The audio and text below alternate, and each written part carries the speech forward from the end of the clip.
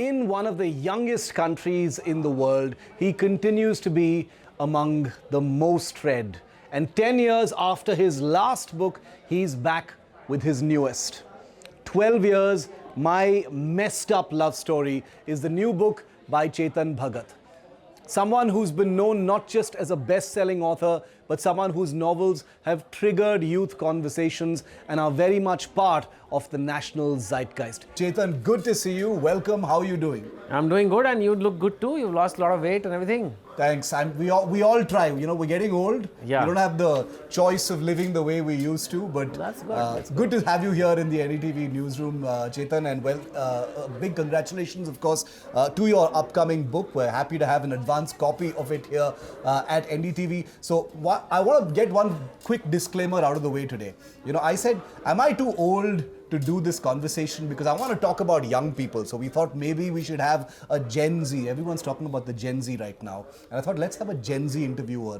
So I did the second best thing because I couldn't get enough volunteers. So I crowdsourced today's questions. Oh. Among people who've read many of your books, as have I, but also questions directly from people to you. Sure. In this interview. So many of these questions are directly from the very young, amazing young staff that we have here at NDTV. So I'd like to start by asking you, Chetan, about the book itself.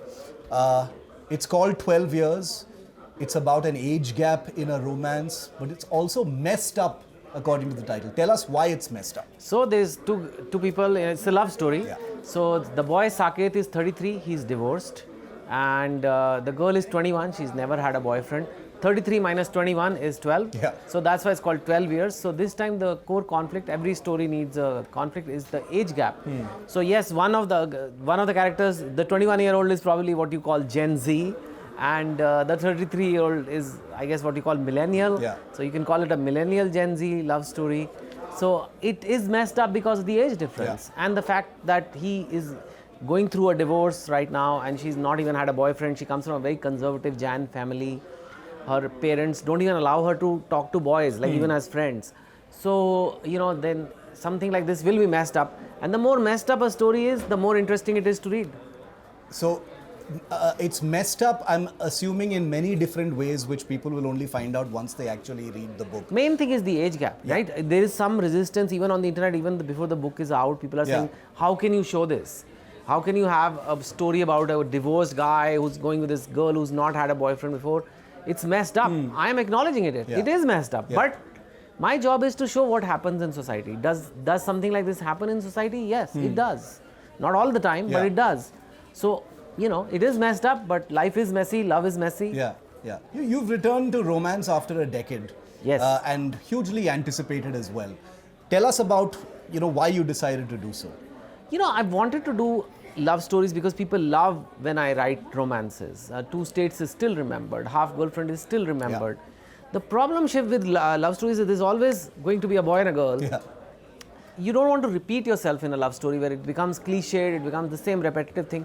So until I got something fresh perspective, which is a story of today, I said I won't write it. And it came. Like a 2009 book, Two States, came in 2009, long back. Simple. Boy likes girl, different communities. Now they have to convince the parents. Parents are not sure if this is a good idea. 2025, we are not living in those simple times. Today we live in the time of situationships, which I don't know if you've heard that word. It's not our generation's word, but it basically means a confused relationship.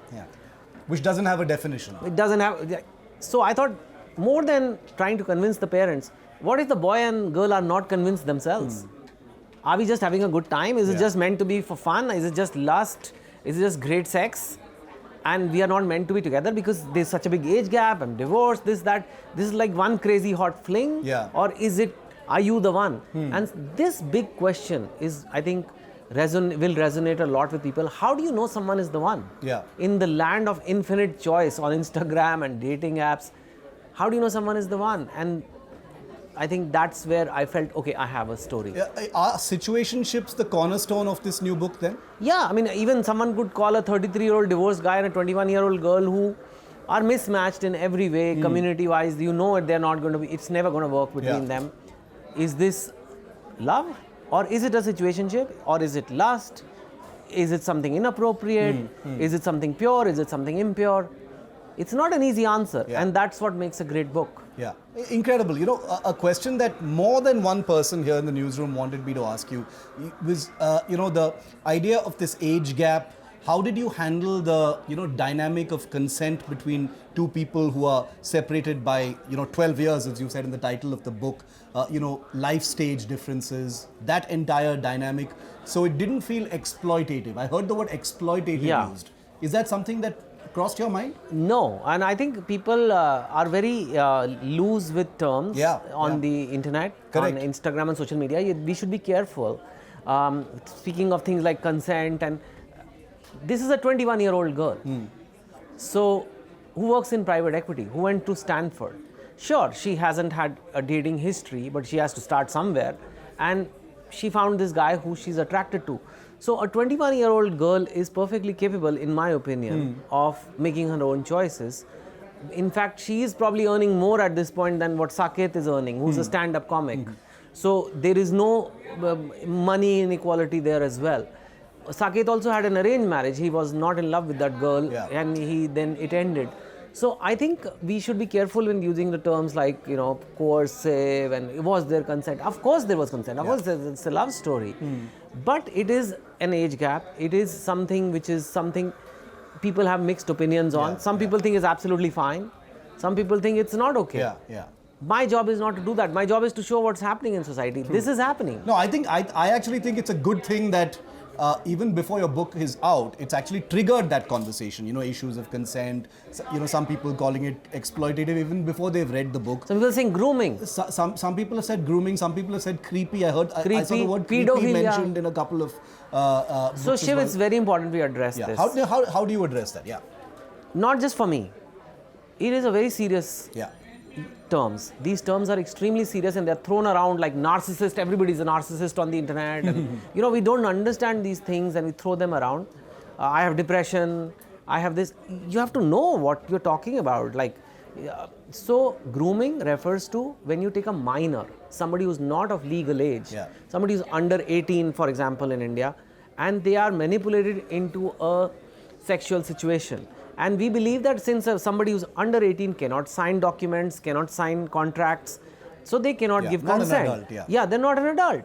Whereas the moment you turn 18, it changes. And now I'm not even going into 18 or 19, I'm going into 21. I'm not in some barely legal territory or something like that. It's a 21-year-old working girl, and if you say she's being groomed, that's a disservice to women. That's like infantilizing women, saying that a 21-year-old girl, so what is okay? 22 is okay, 23 is okay, 25 is okay. Where does that line start? And so a 21-year-old girl can choose the government, she can do an IS exam and be an administrator, but she can be groomed. I think it's very loose, and to throw away terms like this and takes away from the genuine cases of this is not a grooming novel. That I think someone can write a grooming novel about if he wants to show the bad effects of grooming or something. I mean, that's a separate issue. Freedom of speech, what an author is right. This is not that. This is just an age gap love story. We have real life couples, celebrity couples, who post pictures of themselves with age gaps, and people, if you see the comments, people say, so cute, couple goals, hashtag I want this. So are you like saying that these people are grooming? I mean, so I think let's not get ahead of ourselves. Yes, there is an issue. It is messed up that when there is such a big age difference, there will be some issues. But to take it into an illegal territory is highly inappropriate. Did you anticipate that this age gap dynamic in your book would spark this? Not to this level, no. People are opinionated. People will say grooming and creepy and all these things. I think it speaks more of them. No, because I never thought of that word. When even I show a girl, I show her fully intelligent, working in private equity, having a career. The last thing on my mind is that she is not smart enough to make her own decisions. That's the way I respect a young woman. But, you know, if people are saying this, maybe they have those tendencies. I don't know. Maybe they have some secret past or something. I don't know. How can you connect two consensual adults into that land? But did it upset you or anger you that people were saying this? No. See, Shiv, I do want to push the envelope. I do want to push boundaries. I can tell you honestly how the 12 years difference was arrived at. I did a survey, like you did a survey for the questions. I did a survey in Gen Z. How many years age difference makes no no big deal. 7 years, no big deal. 8 years, no big deal. 9 years, no big deal. 20 years, that's too much. 15 years, too much. 12 was the number which divided people. So we used 12 to get this split opinion about it. And I think that's okay. I mean, that's why we need to debate. Also, 21 and 33, let's say it's 33 and 45. Is that grooming too? Yeah, sure. That maybe not. I mean, is that... So it also depends on the relative ages. It also depends on a lot of other things. You know, we do not have... Our popular arts and culture do not discuss these things. And these badly need to be discussed because they are happening in society. I didn't create this. If I write a story which is implausible, which cannot happen, it will flop. It will flop next week. But it's highly anticipated, means people are connecting to it already on the concept, because people are thirsty for stories that resonate with what's actually happening. Our movies tend to be played very safe, they have budgets. Our popular serials are very stereotypical. We don't have these discussions, which I think need to be... I'm not saying what is right and wrong, but my job is to show what is happening and bring out the various opinions. Like you said, there are opinions. Yeah. No, I love the fact that you did a survey to arrive at those years. That's incredible. We put more thought into it than people think. It's not like Chetan had this wild fantasy of writing a story about this young girl. No, it's a very deliberate attempt to handle the age gap issue sensitively. So I want to zoom out just a little bit from the book, because I think the rest of the book people are going to have to read when it's out next month, which is hugely anticipated, Chetan. But the Gen Z. Yes. Okay. You know, we've always been talking about the Gen Z, but in the last few weeks, the Gen Z are in global headlines, right? Yes. They're protesting. The elites of our politics are trying to co-opt them. You know, there are attempts to weaponize and mobilize them. Do you feel connected to Gen Z? I am a little suspicious of all these definitions, Gen Z and Gen Alpha and Millennial and Boomer and things like that. Honestly, I don't even know where I actually stand. I think I'm a Boomer, I'm not sure. But we are all Boomers. We're all Boomers, right? So, do you feel connected to you? Because the reason I asked, Chetan, is because you've had a long arc as an author, right? And your books have always transcended age groups. People of all ages have read your books. But they've also been very much part of youth conversations. So do you still feel connected to youth, specifically the Gen Z now? I try to be. In fact, if you notice the story, I have a core audience which grew up reading my books. They're older now. They are Saket's age, in their 30s. And then Payal, who's the female protagonist of the book, she's 21. She's bringing in the Gen Z crowd because they will relate to her. So again, the book is an attempt to make sure I cover a very wide readership. Gen Z, like any young generation, when we were also young, we felt we are misunderstood, we have all the answers. And the older generation felt we are lazy, we are stupid, you know. It's some things are the same dynamic that happens. However, I think there's one very big difference. This generation is the only generation that is native to the internet. Correct. They grew up with the internet from their birth. They don't know life without the internet. They don't know, we know. Which means internet is a very powerful tool to communicate, for e-commerce, for delivering content. It has made life very comfortable. We don't realize it. Life is extraordinary. We live better than many kings used to live earlier because of the e-commerce. That has also led to is maybe the Gen Z is not as adept at real life face-to-face conversations. Maybe they're not able to take stress and if the internet connectivity goes away, literally governments get toppled in Nepal. So I think they are certain more dependent on this technology to survive, and their tolerance for stress, anxiety, loss, failure is lower. Is that a defining feature according to you of Gen Z? It is. Some people That's call worrying it. Then. Yeah, it's called the anxious generation. Yesterday only I learnt of a term, bed rotting, which is basically you just lie in bed and all day do nothing, just watch reels and shorts and NDTV. And hopefully... I heard it's called brain rot as well. Yeah, it is going to lead to brain rot. But it is marketed as self-healing. It's not self-healing. If you want to self-heal, go for a walk. Do something creative, make a painting, write, doing passive kind of content consumption, lying in bed, not moving physically, not challenging yourself mentally, it's bad for you.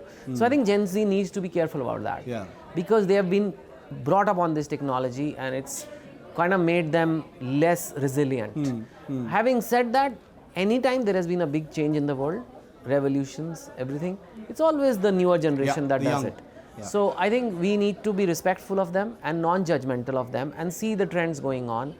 I've tried to, like for example in this book, there's a lot of, like Saket and Payal's dynamic is that when she's upset, she ghosts him. And he doesn't get it. Like he doesn't even know the word ghosting. You send a message and they don't reply and they're online and they're like, what's going on? So I think these kind of things, I try to just study them non-judgmentally and that keeps the connect. Do you think that the Gen Z, and again I use the term in the way that we understand it now, in many ways that anxiety that you mentioned and the anger is also a kind of rejection of the old way of doing things? It is, but its anxiety is coming because there is less stress tolerance. There is a so-called comfort crisis. Like we are living in air-conditioned rooms here. That's not how we are wired. We are wired to be in the jungle. It could rain, it could be cold, it could be hot, but now we better have a temperature-controlled environment, else we get extremely uncomfortable in a few minutes. Same way, it's for them, they need to make sure that if they want, they don't have to actually talk to someone, they can just send a message. Or they can not even send a message, just observe other people's lives on their feeds. And then when it comes to really doing an interview, a job interview, or a boss tells them that I didn't like the work you did, I mean, it's really a very distressing thing for them because nobody shames them or humiliates them like that. So that creates anxiety. What they are doing then is avoid anxiety at all costs. So not even try. Just withdraw. Just withdraw, look away.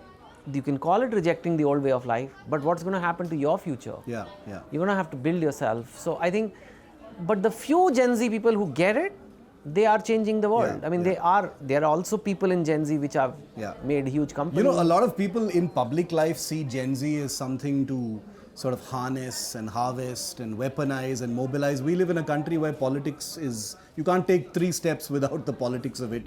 Rahul Gandhi is one of them. He's wooing young voters. He's mentioning the Gen Z, you know, youth parliament, reels, bikes, that kind of thing. Do you think, you know, parties or even Rahul Gandhi, since we're speaking about him specifically, do they really listen or is it just a performance? See, bikes and reels and using the right lingo will only get you so far. Prime Minister Modi's victory, Rahul Gandhi was even younger then, and in 2014, Prime Minister Modi was much older, but still the young people voted for him. So I don't think it's so much about age or even about the mannerisms you adopt.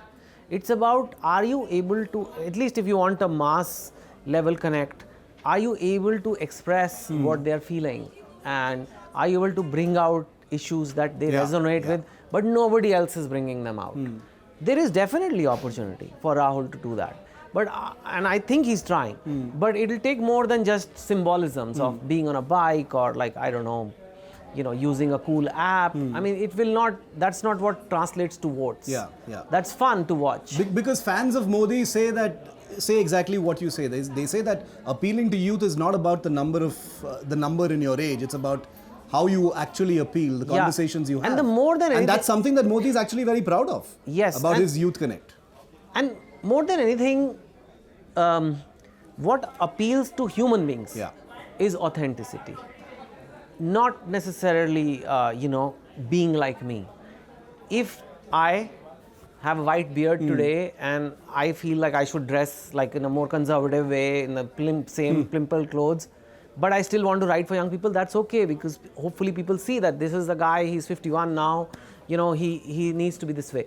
But if I try deliberately hard to, like, you know, color my hair and come here wearing a, I don't know, Labubu t-shirt, trying to fit into the youth crowd, it will look odd, because that's not who I really am. So are you saying Rahul Gandhi is trying to... No, Rahul Gandhi, I think a little, he is younger. So maybe he does like bikes. You know, he does like to do certain things. To the extent as whatever is genuinely him, it's fine. But you don't have to specifically adopt lingos, or you still don't have to specifically do things. I don't have to, like, do my hair a certain way to connect better. I don't think that works. So I think Prime Minister Modi, what he does is, this is who he is. He's a religious person, for example. Now you could argue that the Gen Z, Are not religious. they're not so into. But this is who he is, and he's very proud of who he is. Yeah. And that being proud and comfortable and authentic on who you are, that's an extremely attractive trait for anybody. When you speak to young Indians and Gen Z in general, Chetan, do you find them to be especially politically aware? No. In an age when there are so many distractions, so many things competing for attention. They're not. Not politically aware? Very few. I mean, you and I think that people care, but they don't. They're more worried about why the girlfriend didn't text them back, and when will that boy call me, and when will I get a job, and what do I do with my life? I mean, unfortunately, I would like them to be more politically engaged. It's a huge country, so even if 5% are 10%, that's still millions of people. Yeah. But 90% of the youth don't give a damn. Yeah. They'd rather watch the IPL. They don't care about the political debates No, and the shout fests on television. and that is why they do not have some of their issues addressed, to be honest. Yeah. Because they don't care. They are not going to, they don't read the newspaper, they open the entertainment section straight away. Like we know how much news channels are watched versus some of the other stuff. And I think that's something they have to realize. Yeah. That We got a taste of this on NDTV last evening, in fact. And on NDTV we cover everything. We don't just cover the politics, we cover India's issues, the things that matter to young people. We've launched a campaign called Save Our Students. This was on the back of a story of a young boy called Anurag Borkar, who had gotten a 99.99 percentile in the NEET exam. He'd gotten a national rank. And then he took his own life, Chetan. Why? On the day that he had gotten admission in MBBS, he left a suicide note saying, I don't want to be a doctor. I Seriously? have no wish to be a Wow. doctor. It's a sad story. It was on our show last night. And, like you said, these issues are not addressed. And it was actually very visible because that story has performed better than any of the other stories that we put out. Because I think the youth maybe do feel like the mainstream ignores them. Is that a sense you get as well? See, you use the word exploitative. What I find is not just politicians, entertainers and brands, and even media, we all thrive on audience. Yeah. We want to get them to pay attention to us. So we sometimes say cool things or just try to be, seduce them into listening to us. And that sometimes means betraying them because you're just trying to sell them some soft drinks, or you're just trying to make sure your TRP is high, or I'm just trying to. But what can work is if you genuinely care for your people. And I think if you genuinely start caring, you will see it. You will see. There is always unexpressed, unmet needs and issues of any group. And the skill of being a great politician or a great brand or a great entertainer is to really be able to harness that and bring it out. That's why it's not easy. And some people do it well and some don't. Do you think Modi has cracked that that formula? Yes. It's a shape-shifting formula because 11 years ago things were different, Chetan. 11 years later, there's another election right before us now in Bihar as well. Youth is a big factor. Absolutely. I mean, what the BJP and Prime Minister Modi figured is Indians need a sense of identity, and identity they can be proud of, and that's not coming. There were issues related to certain Hindu people. They were not being, there was a perceived sense that there is appeasement and things like that, and they addressed it. And I'm just talking political strategy right now. I'm not taking any sides. And they will be able to tap into it. Certain schemes like insurance, free grain, allowances for poor people, these are all, they have come out of somewhere, right? They have not been just imagined. These have come out of understanding what people actually want and trying to do it. Are they perfect? No. But are they doing it better than the other guy? Yes. You spoke about appeasement. It's very much a part of our political discourse right now. But I don't want to ask you about that. I actually want to ask you about something else that has become very entrenched in political conversation, which is the rise in the caste divide. We were hoping that for a country that has come so far, digital India, moving forward, caste identity, caste divisions, caste politics is much more on the rise by our mainstream politicians. What do you think about that? How how do you see that as someone, who connects with youth, and how do youth see it in your view? You know, unfortunately, Indians are the easiest people to divide because we are come in so many different shapes and colors, and all human beings have a tendency, like it's an animal tendency, chimpanzee-like tendency to like just grow with your group and feel safe. He's from my community, then we are safe. He's from my religion, we are safe. My state, we are safe. My language, we are safe, etc., etc. So there is only two big parties. Let's be clear: it's the BJP and the Congress. The only way the BJP wins is if the Hindu vote consolidates. And the only way Congress wins is if the Hindu vote divides into upper caste and lower caste. Congress gets the lower caste plus the Muslims. So LC plus M makes the Congress win.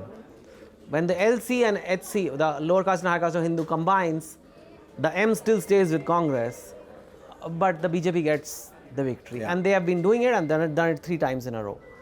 Congress is trying. I mean, that's why when people say, oh, my side is amazing, other side is amazing, all sides are doing identity politics because Jaisi Praja Vaisa Raja. We want identity politics. We don't want the politics of deciding whether bridges should be made or hospitals should be made. We don't want.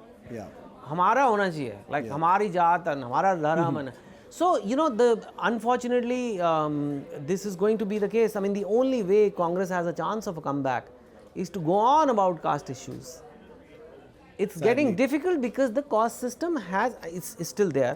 I don't want to come from a place of privilege, but it's much less than what it was 30 years ago because of the affirmative action, all the reservations, all the urban migration, because in Delhi it matters less. You rarely will see caste-based discrimination here versus than in religious. So caste has been dissolving, which has also helped the BJP. What does the Congress do? They don't have the formula yet. They need the M plus LC.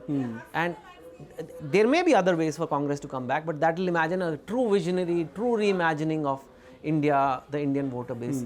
But till then, they have to keep talking about caste census and this and that, and we have to watch. Unfortunately, India gets divided either way. I have a feeling this answer of yours is going to be clipped, and it's going to separately have a life of its own on the internet. I mean, it's just the truth. Yeah, it's the truth. No, I agree completely. I agree.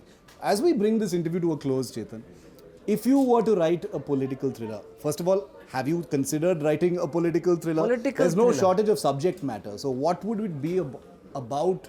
Any specific flashpoint, any particular period? Oh, wow, that's a good question. Has it crossed your mind?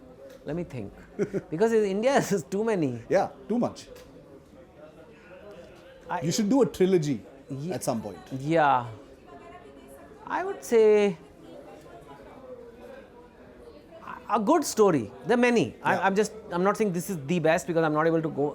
My memory is not recalling all. But you know what? The whole Maharashtra drama, you remember how Uddhav came to power? Yeah. When the BJP went in alliance? Yeah. I would love to have been a fly on the wall and see those discussions where Shiv Sena fights an election with BJP, they win, then they say 2.5 years CM, and then they make they pull the rug under the BJP, then the BJP pulls the rug under them, 5 AM government. I mean, that whole, it would have been nice to have that dramatized. I think Jayalalitha's story would be very interesting. I'm sure I'm missing many. Yeah. Will you do it? It's obviously crossed your mind. You can't I need deep insight into it, deep research into it. You need to start hanging out with people who knew what happened. If you have to do it well. Yeah. But then I don't know if it'll have a love story though. And then people want a love story. So Chetan Bhagat's next political thriller, trilogy, and absolutely. I completely agree with you. If you were to ask me what I would want you to write, among the top 3 options do you think would good drama? What drama do you remember? Just the whole journey since 2014. Honestly, pick up a few strands from there, do a trilogy. You've got no shortage of protagonists. The masala from Maharashtra never ends, so that would have to be a trilogy all by itself. But I agree with you. I look forward to it. I hope at some point you the Up. I mean, that would make a great one. There's a recent book that's just out, but that's non-fiction. But it would be incredible if you do it. So last question then, Chetan. Your books are still huge bestsellers, and like I said, they transcend generations. But as distractions, as the things competing for people's attentions increase, as reading presumably goes down, do you find yourself, as a creator ultimately, competing It's you know, hard. with the Instagrams of the course, world and it is- reels and we are things all, like that. We all TikTok. are. You are in an attention war, Yeah. and I am writing books, which is a 1,000-year-old product, Yeah. right? And we are competing with AI and ChatGPT and WhatsApp Yeah. and everything else. It's difficult, but you know but it also makes me feel good. Like I sometimes feel like, have I done enough in life? Because I legit have people in my college, IIT Delhi, who have opened these mega corporations, and I have friends who have opened these unicorns. They are little billionaires, Yeah. and I just write books. But I'm like, in 2025, in the age of AI and video content, there was a man selling books for a living and doing a pretty good job at it and making a decent living. And I think when human history studied, Indian history studied, this moment, even in 2025, Yeah. books were there. Yeah. They were somewhat relevant. And I think there need to be a few people like that in society who do that. I don't think books are going anywhere, so I hope not. completely Yeah. agree with you on that, because as an author myself, I get messages all the time, which I'm sure you do as well, from people saying, I didn't read books before, but now I've started Yeah, reading books. I think there is a rediscovery. Like a gateway into books. Yeah. The novelty value of Instagram Reels is gone. Yeah. It was fascinating in the beginning. Now it's sameness. Yeah. And you people are learning to realize it's not a very nourishing form of entertainment. Correct. It's just passive. It's not making you imagine things. Whereas if you read a book, whether it's a non-fiction book or a fiction book, you learn, your world opens up, you think about it 2 days later, maybe you remember it years later. So that, I think people are craving that immersive experiences which a book provides. Live events are big, for example, now. People are realizing that screen versus non-screen, it's a If big we were one. to use the language of today, it's not brain rot. Not So, brain rot. yeah. Why do you want to rot your Yeah, brain? absolutely. Good note to end on. Yes. Chetan, all the very best for 12 Years, My Messed Up Love Story. It's out soon, and this was a very fun conversation. Thank you. Look forward to having you back here on NDTV. Thanks, Chetan. Sure. All the best. Thank you.